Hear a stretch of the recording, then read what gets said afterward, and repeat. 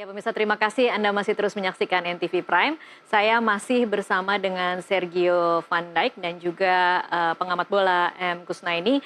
Kita akan lanjutkan perbincangan, ini adalah segmen terakhir dalam perbincangan kita kali ini. Tapi sebelum kita melanjutkan perbincangan, kita akan sama-sama lihat klasemen putaran 3, di mana posisi Indonesia saat ini di kualifikasi Piala Dunia 2026 zona Asia. Ini posisi kita ada di posisi 3, di atas kita ada Jepang dan Australia. Kemudian dalam 4 laga terakhir nanti kita akan berhadapan dengan Australia, Bahrain, Cina, dan Jepang. Targetnya memang 2 kali menang melawan Bahrain dan Cina, seri melawan Australia, dan Jepang. Ya, mungkin lebih realistisnya kita agak pasrah ya apapun hasilnya ya mungkin. Saya ke Sergio lagi untuk kira-kira memberikan gambaran tantangan seperti apa yang akan kita hadapi menghadapi Australia, Sergio. Ya, menurut saya lawan Australia bisa dapat hasil 3 poin juga, karena menurut saya apa yang saya lihat striker serangan Australia tidak maksimal sampai sekarang. Dan pasti ada kesempatan untuk timnas bisa cetak gol. Bahrain dan Cina, ya pertandingan tahun kemarin lawan Cina ya sedikit unlucky, apalagi kalau sekarang main di Indonesia itu lebih bagus juga dengan supporter. Dan ya Jepang ya itu susah sekali, tapi semoga udah dapat cukup banyak poin sebelum main lawan Jepang, dan mungkin kalau bisa main dengan hati dan motivasi bagus, dapat mungkin seri. Oke. Cukup optimis ya berarti Sergio menghadapi Australia. Optimis 3 poin dengan posisi kita akan bermain di tandang ya. Jadi menurut Sergio tidak akan ada terlalu banyak tekanan dari supporter di sana? Ada, tapi menurut saya kalau di sana itu bukan sama seperti di Indonesia atau di mungkin Cina. Karena sepak bola di Australia itu olahraga ketiga mungkin, dan itu beda. Menurut saya itu sudah biasa untuk pemain-pemain timnas. Oke, baik. Kalau untuk pemain-pemain yang perlu diantisipasi di Australia, mungkin ada nama-nama yang cukup harus jadi catatan, Sergio? Ya, menurut saya di sana pemain bertahan yang cukup kuat ya, tapi untuk itu harus di serangan cari solusi untuk mencetak gol. Tapi ya yang lain lumayan aja. Berapa tahun lalu masih ada banyak pemain yang main di klub besar di Eropa, tapi sekarang udah lumayan.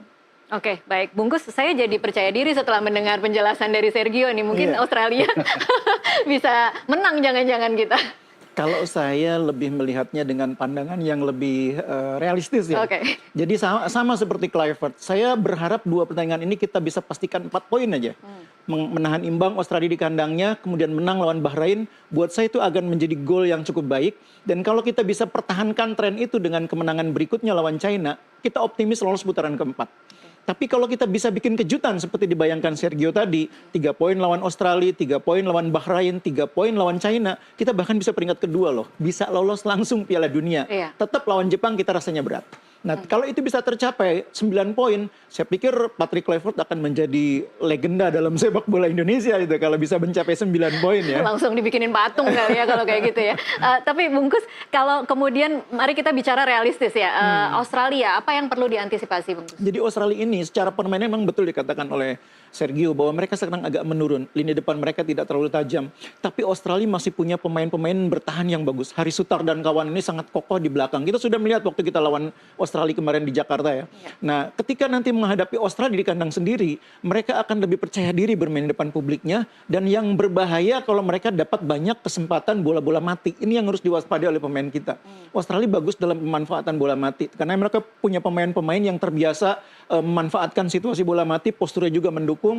Jadi lawan Australia di kandang lawan saya berharap pemain kita lebih hati-hati, tidak banyak membuat pelanggaran yang kemudian dimanfaatkan menjadi situasi bola mati bagi lawan. Nah kalau itu kita bisa lakukan, 1 poin rasanya tidak mustahil. Meskipun mimpinya 3 poin. Oke, sekarang bicara soal Bahrain. Iya. Mungkin karena kita mix, karena yang terakhir kali kita saksikan adalah Piala Asia kemarin Iya, ya. betul. Kemudian seperti apa sebenarnya nanti kita harus bisa menyusun strategi melawan Bahrain? Nah ini yang menarik, karena Bahrain yang kita hadapi kemarin di kualifikasi berkembang dengan sangat pesat ketika mereka bermain di Piala Teluk. Mereka menjadi juara Piala Teluk, mengalahkan Oman. Dalam perjalanannya mengalahkan negara kuat seperti Irak. Iya. Jadi saya pikir 3 poin kita targetan di kandang sendiri tetap harus kita jaga. Tapi kita harus lebih serius mencermati perubahan apa yang dilakukan oleh Bahrain. Nah ini tugasnya tim asistennya Kluivert, bukan tugas saya.